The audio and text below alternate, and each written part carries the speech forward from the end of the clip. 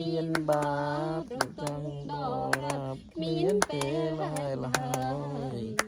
លោកីនេះជាប់មានបាបខ្ញុំជាតនឹកទៅផងតែសូមគ្រឹះ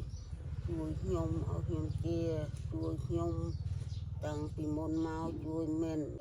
ក្នុងព្រះហារតើជួយមានបន្ទូជួយមានបន្ទូពួកអ្នកដែរទៅពួកអ្នកដែរតាមឲ្យយើងជាអ្នកដែលមានជំនឿហើយដើរតាមដោយភាពត្រឹមត្រូវមានជំនឿហើយដើរតាមដោយសេចក្តីសុចរិតរបស់ផងបងឲ្យខ្ជាប់ខ្ជួនមិនមែនគ្រាន់តែដើរតាមប៉ុន្តែអប្រព្រឹត្តតាមទេចឹងបាននៅក្នុងខ1ហើយការអធិដ្ឋានមិនបាច់ចាំតព្រះអង្គយើងឲ្យឃើញឲ្យទើបថាការអធិដ្ឋានបានទេការអធិដ្ឋានគឺយើងយកវិញ្ញាណរបស់យើងអធិដ្ឋានទៅកាន់ព្រះអង្គជ្រាបឆ្លើយទាំងអស់ព្រះអង្គជ្រាបដឹងទាំងអស់ហើយការនឹងបានសម្រេចតោះនេះយាយដូចគ្នាពេលយាយជួបបញ្ហាអ្វីមួយយាយអធិដ្ឋានទៅព្រះអង្គជ្រាបពីព្រោះព្រះអង្គគឺជាព្រះដែលមានពេញដោយសព្វញ្ញញាណ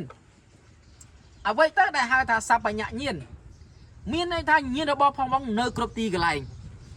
ញាណរបស់ព្រះអង្គជ្រាបមុននឹងអ្វីដែលយើងហាមកទៀត